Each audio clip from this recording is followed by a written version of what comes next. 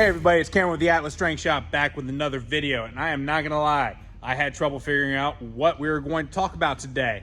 I actually had ChatGPT just pump out a bunch of ideas, and it reminded me of something that I've kind of taken for granted, and that's a lot of people don't even know what Strongman is or the difference between Strongman and the other strength sports. Hell, at least once a week, one of our newer members needs me to explain to them what the actual difference is between Strongman and powerlifting. So we're gonna go into that today. We're also gonna include Olympic weightlifting as well, because if they have questions where they don't know what powerlifting and Strongman are, they sure as hell don't know what Olympic weightlifting is. But before we do that, please like this video and subscribe to the channel because it really does help us out a lot.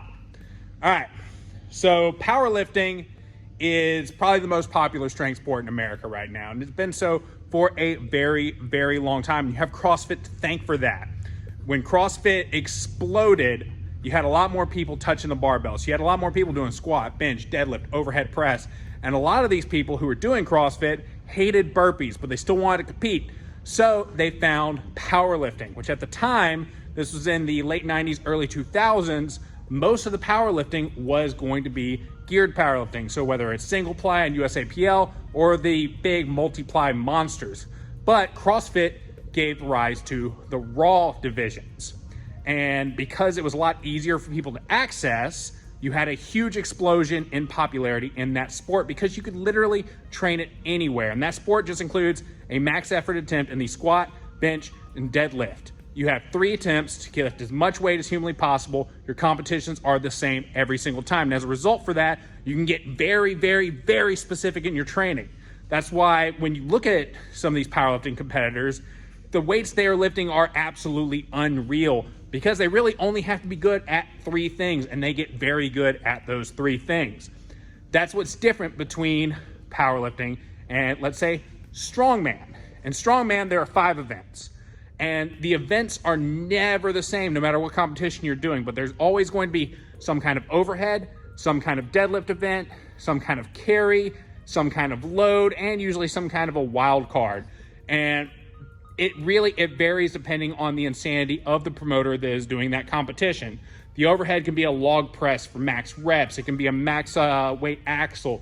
It can be a circus dumbbell into a keg, into an axle, into a fire hydrant.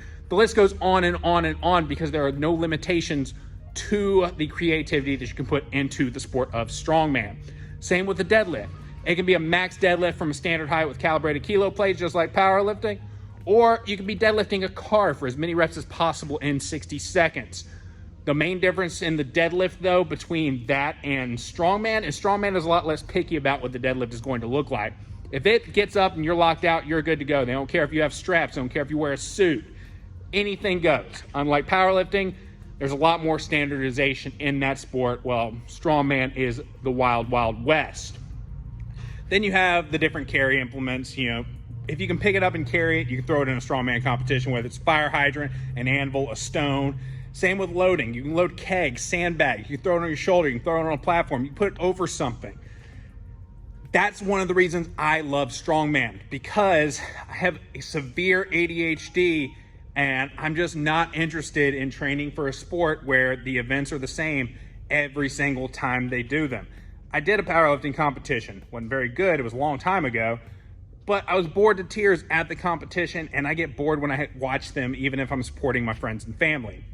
Strongman, the atmosphere is electric, and I love that for it. But because you have to be good at a lot of different things, not just 1 rep maxes, you'll find that a lot of the absolute strength, that 1 rep max strength, isn't quite there for Strongman athletes as it is for powerlifters, just because they cannot get as specific in their training as powerlifters will be able to. Speaking of specificity in training, then you have Olympic lifters.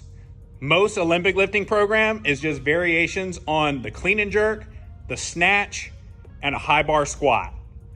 That's pretty much all they do, and they'll do variations on those, whether it's a strict press, a high clean pull, but as a result, they get really, really explosive, and they're really good at the clean and jerk and the snatch. Now, I didn't mention this earlier, but I might as well talk about Highland Games too. Highland Games, probably the most fun sport I have ever done. I sucked at it because I am not an explosive athlete, but it's all throwing. You throw weights for distance, you throw weights for height, you throw stones, you chuck trees. You get to throw things in the field with all of your buddies while you wear a kilt, and if you don't take it too seriously, you drink beer while you do it. If you do take it too seriously, not too seriously, if you do take it seriously, you're probably all wrapped up in knee wraps and sleeves. You got wrist wraps, just like any other strength sport. One for me, I treated it more like a fun day in a field. But yeah, that's it for the difference between the main strength sports that you'll see.